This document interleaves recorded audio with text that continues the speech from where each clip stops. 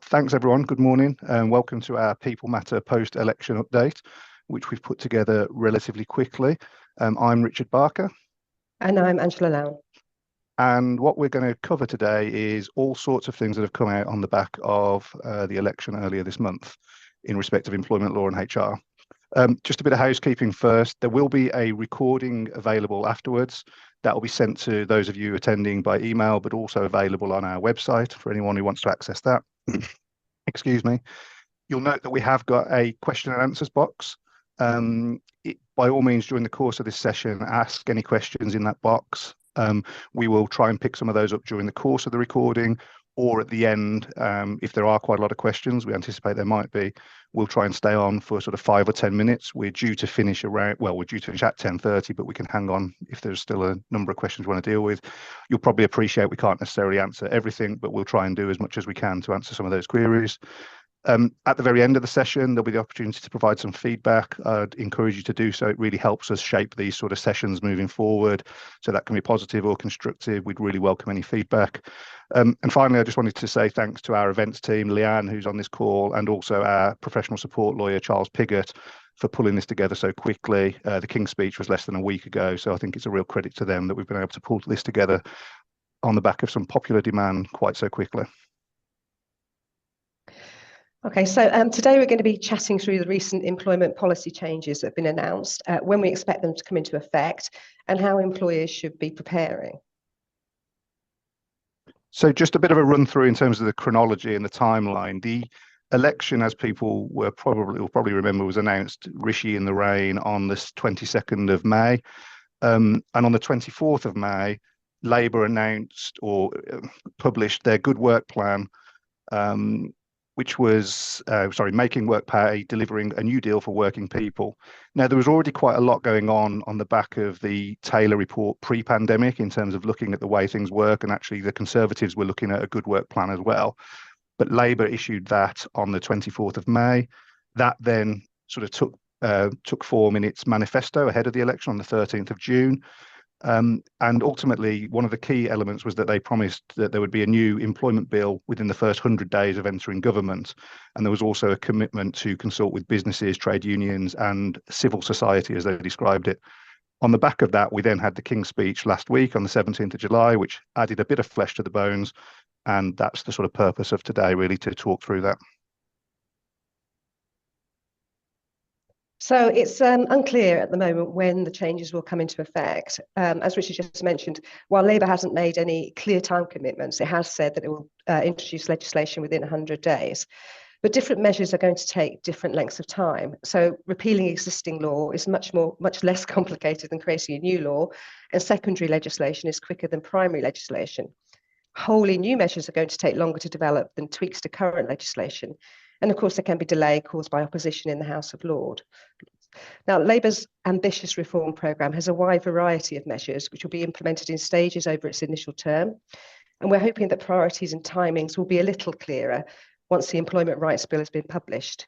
But today we'll try and give you an indication of the likely timings as we discuss the individual changes. But if we don't cover a particular measure, again, as Richard mentioned, please put a question in the Q&A box. So there's an awful lot that's proposed, and I've seen this described as the biggest upheaval to employment law in the UK since the 1970s.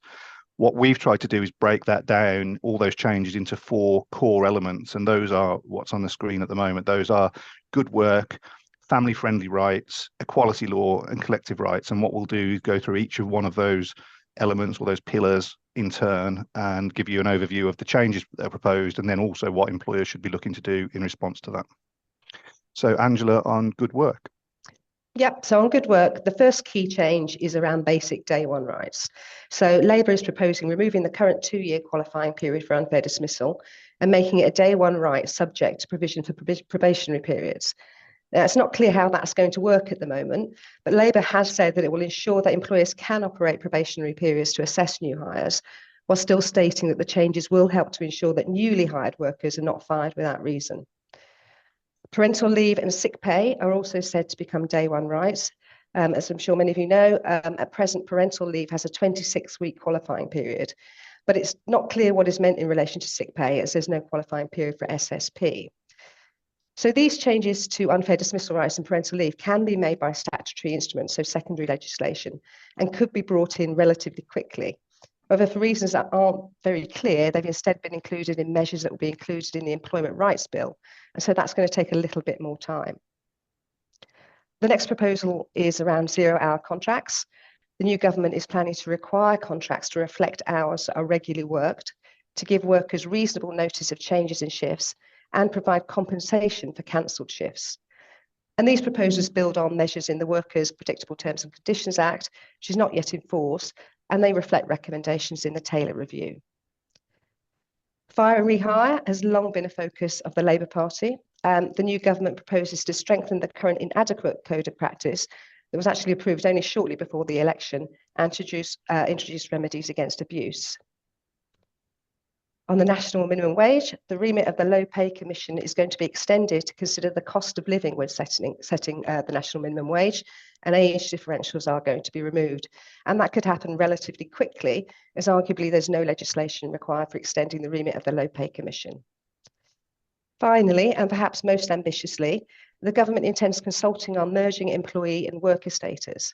So as most of you will know, an individual can be employed, self-employed, or a worker for employment status purposes, and different rights flow from that categorization. Merging employee and worker status is going to be a really complex project, which is going to take some time to implement. So those are the proposed changes in this pillar. What should employers be doing? Well, I think the first key point really, and one of the sort of proposed changes which has set hairs running slightly, is the concept of the sort of day one unfair dismissal rights. But there is this expectation that probationary periods will be utilised in terms of getting, well, not so much getting around that, but managing that. And I think that's probably something where probationary periods have perhaps in the past become taken for granted slightly, whereas actually there's going to be a real onus on them. We've had a few questions, you know, is this going to now see the introduction of a 2-year probationary period? Well, who knows? And I'm sure that there'll be elements of the legislation that deal with extending probationary periods as a way around the sort of change in the continuity of service required to bring such a claim. But I think one thing that employers do need to be looking at is the wording of their probationary periods in their contracts to ensure that it's appropriate, making sure that they operate properly in terms of any extensions. We do see sometimes where a probationary period is lapsed and then a week or so later there's a conversation about extending it. Clearly that's going to depend on the wording and could be very, very important now in terms of attracting unfair dismissal rights or what have you. So the whole process involved around probationary periods, I think, is something that's going to have to be looked at because it's suddenly going to become quite crucial. So that's one element.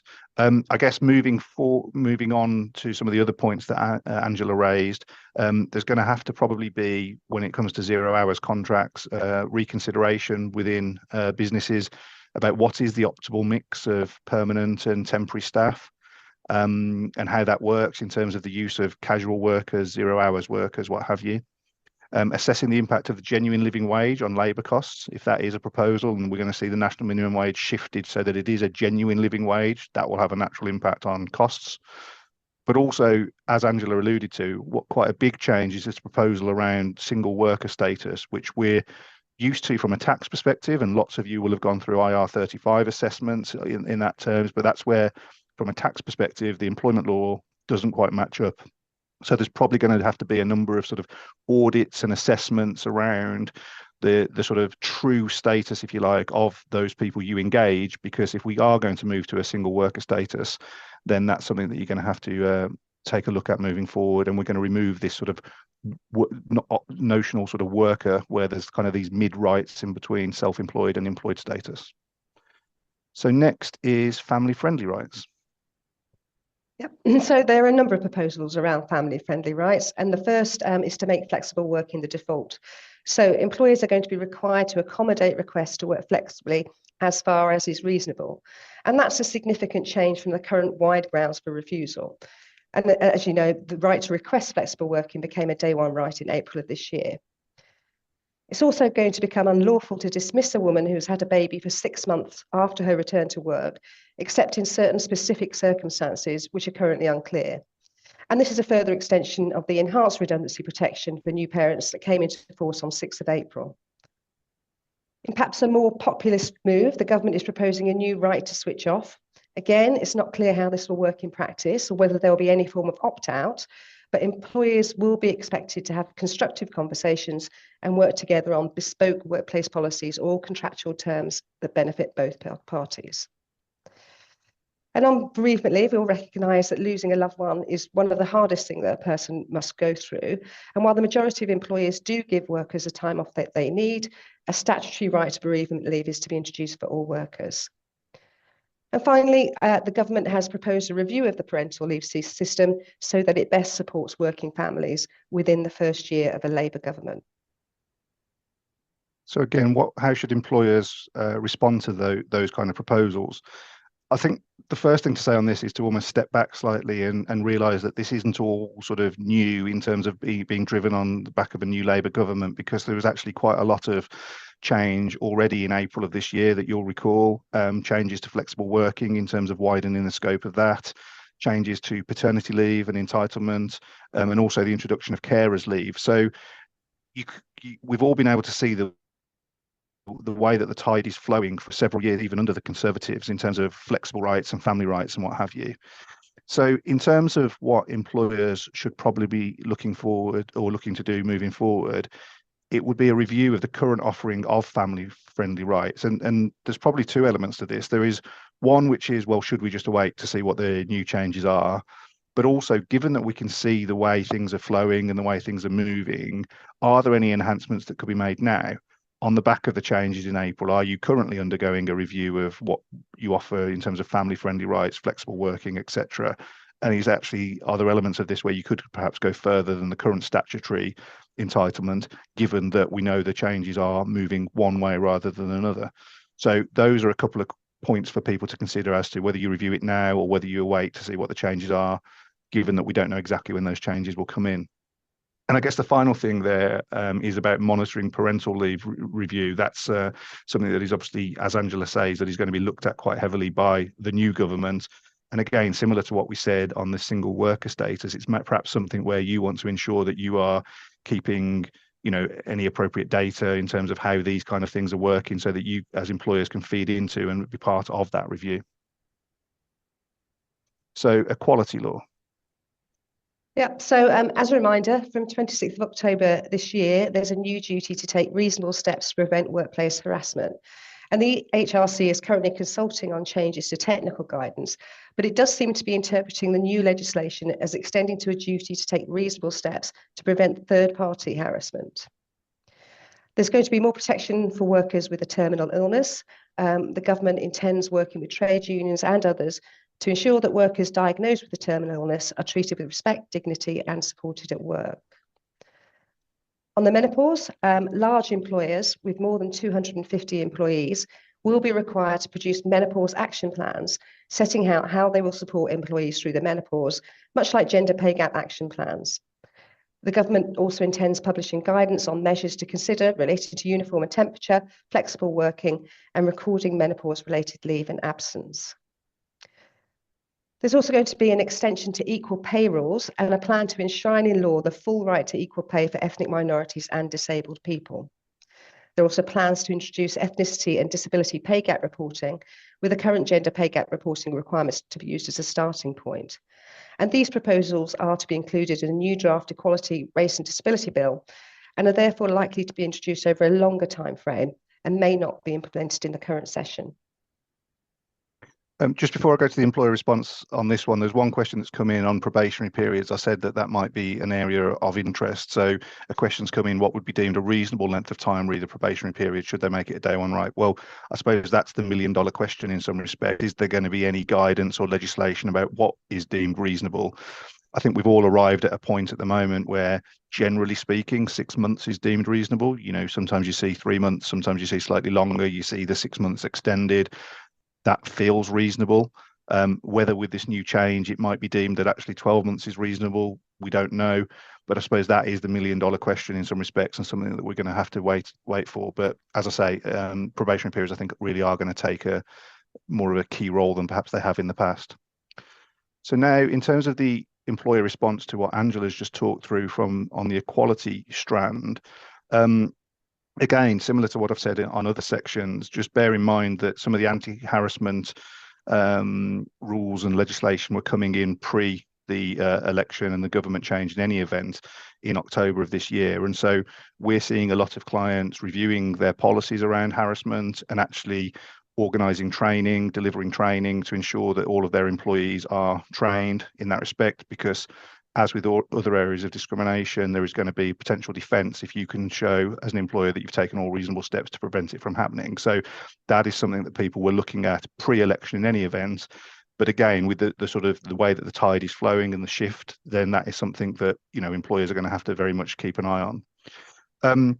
We've mentioned there the reconsider the duty to make adjustments in relation to the menopause or anyone suffering from terminal illness. What I would say is it's likely that in both scenarios there is already a duty to make any kind of adjustments under the equality law. Terminal illness almost inevitably will be captured by the Equality Act, as will often the menopause. There was a consultation, as people are probably aware, last year as to whether that should be its own protected characteristic. But that probably doesn't change things too much, apart from the fact that moving forward, there is going to be a heightened expectation in respect of those two specific elements, rather than it falling more generally within disability or sex or what have you. So it's just something to bear in mind. And I think finally, on the ethnicity and disability pay gap reporting, we've certainly seen some employers have started doing that in any event. There are a number of employers who, since the gender pay gap reporting came in several years ago now, have moved towards reporting in respect of other protected characteristics. So it could be another area where employers, if they've got the data available to them, may want to start getting ahead of the curve. It might be that rather than actually reporting, you want to just keep an eye on that, so that you're able to at least monitor it in advance of the obligation to do the reporting coming in. It may be that actually you look at it and think, well, actually, we need to improve the data that we have access to so that when this does come in, we're able to provide the appropriate reporting. So the final strand Angela's going to cover now is in respect of collective rights. Yeah, and this is a big area of change. Essentially, the government believes that stronger trade unions and collective bargaining are key to tackling problems of insecurity, inequality, discrimination, enforcement, and low pay. So as a starting point, it intends repealing legislation introduced by the Conservatives, which will mean that balloting rules will revert to the previous regime. And in particular, the 6-month mandate for industrial action will be abolished, meaning that unions can stop and restart industrial action for longer. And there will no longer be a requirement for at least 50% of eligible workers to vote on any proposed industrial action. Additionally, repeal of the Strikes Minimum Service Levels Act will mean that there are no additional hurdles for ballots in sectors delivering services to public. There's going to be a new duty on employers to inform workers of their right to join a trade union in their Section 1 statement. At present, employers are only required to tell workers if there is a collective agreement affecting their terms and conditions. The rules on statutory ballots are going to be updated. So currently, balloting for industrial action takes place by post, which is time-consuming and costly for unions. And despite attempts at reform, this requirement has withstood attempts to bring the process into the 21st century. Labour's new rules will mean that electronic voting will become possible. There are also going to be new rules around allowing unions to access workplaces for recruitment and organising purposes. It's not clear how this will work in practice, other than the plan is for a regulated and responsible route involving the union giving notice and complying with reasonable requests of the employer. And finally, the new government is going to remove the rule that means that unions must show that at least 50% of workers are likely to support their claim for recognition before the statutory process can begin. The government is also going to modernise the rules governing the final ballot, in which workers vote on whether to recognise a trade union, and will require unions to gain a simple majority to win. So for the final time, how should employers be responding in respect of that fourth pillar around collective rights? Well, I think the impact is pretty obvious. And again, I think we have to think about, the way the tide has been turning in recent years in any event pre-election. We saw during the course of the pandemic and subsequently the rail strikes, the strikes amongst junior doctors, teacher strikes. We've seen a lot more industrial action within the private sector of late as well. So it's been moving that way in any event. And this sort of relaxation of some of the legislation around trade union activity probably won't come necessarily as a surprise, given that we've got a new Labour government. So the impact in truth is that it's likely to be easier for unions to gain recognition, and it's likely to be easier for them to gain support in respect of industrial action. And so that is something employers are going to have to be mindful of. So some of the steps you may wish to take is consider the types of dispute that may be going on at the moment that may now start, or once the rules come in, may start to have enough support for industrial action, because it may be that there's elements at the moment where you're conscious of a workplace issue, but there's perhaps not quite the support, whereas the relaxation of the rules may mean that those are more likely to gain traction. Think ahead to contingency plans in respect of any such industrial action. Ensure that you're in a position where you can move quickly upon notice of potential action, and I guess prepare for longer running disputes potentially, given what Angela's just relayed. I think that a wider point around this, and it's something that, again, given what I've just said about the last few years in any event, is given that we know these changes are coming, and given that we know that it's likely to be easier to gain recognition and or gain support for any industrial disputes, relationships with trade unions are going to be quite important, and it's probably important to be maintaining those, developing those. If you have a fractious relationship, seeing what you can do to potentially not necessarily resolve it, but at least soften it and mitigate some of these risks, because I think it's a movement that we've seen over the last few years anyway, and these proposals are like to see it as more of a movement moving forward. So it's just ensuring that you're in the best position from a relationship perspective to mitigate some of those risks. So we wanted to give ourselves enough time to deal with some questions, and we've had some questions into the chat box. I will pick up one now, and then I don't know whether, Angela, you want to pick up any, but another one on probationary periods, which I think is a good question, is could the length of probationary periods vary by role? And I think that's something where actually perhaps it will be deemed reasonable that it will do. You know, perhaps it will be deemed that it's more reasonable that certain roles only potentially have a 3-month probationary period. Perhaps in more senior roles, 12 months might, for example, be deemed reasonable. Again, we are guessing slightly, and even when the legislation passes, if there's language around the use of reasonableness and what have you, it might be that it's then tested by case law. But I can see that it would make sense that actually there is no one size fits all, and that actually probationary periods are slightly governed by role rather than, as I say, just one de facto 6-month probationary period. So I think, again, it's very much watch this space on probationary periods. Yep, so we've got a question around reasonable steps for sexual harassment laws, and will training be enough in terms of that defence? And I think there's lots of elements. I think training is really important, but it's got to be effective training. It's got to be regularly implemented, probably every year or so. But you're also going to want to have really clear policies, and to be seen to be taking action when you do receive a complaint of sexual harassment, or indeed any harassment. What a number of employers are doing is doing a survey just to take the temperature of the workforce, just to really understand, the potential level of an issue. But I'd say be monitoring your grievances, monitoring your disciplinary processes, and just keeping a really watchful eye on it. Another question that we've had is, are we likely to see social mobility reporting like gender? There's nothing proposed at the moment, but again, I guess I would use the phrase that I've used a few times, that you can see the way the tide is flowing, and there's going to be more and more obligations, I think, on employers to report in respect of workforce across various sort of protected characteristics, but probably various demographics as well. And so, no, not at the moment, but it's the kind of the direction that a lot of things are heading. So it's certainly something, again, to keep an eye on. I'll pick this one. A question: will anything affect protected conversations? No, not at the moment. But I think what I'd say is just to be mindful of the direction of travel around confidentiality agreements and settlement agreements and those kinds of things, because there's quite a lot of focus on that. And I don't think that the new government, in particular, is very fond of those clauses. Got a question: does the change in government have any impact on the right to request a more predictable working pattern that's currently due to be implemented in September? No, not that I'm aware of. As far as I'm aware, that is due to proceed as planned, and we will let you know if that changes at all. So another question, if a 0 hours contract is mutually beneficial for both parties, does that mean it is immediately ruled out of being exploitative? There's no test for whether a 0 hours contract is exploitative or not. This is the view of the government that they are exploitative. And so they won't be banned, but they'll have these additional safeguards put in place, which we've discussed today. A question, any indication on what is a large employer in terms of headcount levels? Angela will tell me which one it was, but certainly one of the policies we talked about was a 250 plus in terms of headcount. I don't know which one that was, Angela, but I think that's been bandied about as a bit of a guide.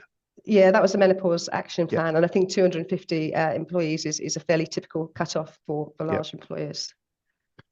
And just, I'm probably sounding a bit of a probationary period bore now, but I think it will be a big issue. But another question, do you see that for probationary periods, we will need to formalise things such as invite letters, right to be accompanied, etc.? It's an interesting question. We don't know, but I suppose given that the importance of a probationary period or a probationary review may step up slightly in that either your employment terminates or you pass, but there could be dismissal rather than necessarily the position currently. It might be that there is a heightened expectation in terms of the actual probationary process. That said, it might be counterintuitive because we don't want to make probationary periods too onerous, because again, if you put too much industry on them, it kind of goes against the objective slightly in terms of trying to make that sort of slightly easier process for things where it clearly hasn't worked out. But another one where it's going to be very much watch this space. But certainly I think there's going to be a little bit of a step up in terms of expectations around how the process is managed, whether it'll be as formal as right to be accompanied and what have you. We will wait and see. There's a question on what basis do you think a flexible working request could be refused? So, as you know, I think there are 8 grounds on which you can refuse a flexible working request currently, and at the moment the onus appears to be shifted to the employer to say, actually, you need to accept it unless it would be unreasonable. So it's not clear how that's going to pan out yet, but I would expect a restriction of the reasons for refusing a request. I should say there are quite a lot of questions coming in, but we do also keep a track of them. So if there's any ones in particular we don't get to, we can always come back to the individual that has asked them. I just saw a question there. Has anything come up in respect to restrictive covenants? That's quite a good question, because there's been quite a lot of talk about that over recent years in terms of a consultation. Over in the US, there's been a push to sort of reduce the length of time that they can be exercised for, or even remove them completely. And that was a way that the previous government were at least looking at consulting on. There is nothing further on that at the moment. However, it is something that has always been sort of on the agenda, or it has been on the agenda for the last few years. And I suspect it's probably likely that under a Labour government, it will be something that is monitored and continues to be monitored. So there may still be some sort of consultation on it, but there's no changes as such that we can report at the moment planned. And then a question here that if we don't currently recognise as union, is a proposal saying this will change and we'll need to recognise it. So the majority of union agreements are voluntary, but where an employer doesn't voluntarily recognise a union, then there are statutory steps to go through, and they're fairly onerous. So the proposal isn't to mean that you have to recognise a union. It's just going to make the statutory steps easier for unions to get through. I've seen 2 sort of slightly linked questions around the sort of reduction in the qualifying period for unfair dismissal. So one was for employees who've already started and are inside 2 years, could you still, for such employees, say it's not working out with less than 2 years, for example?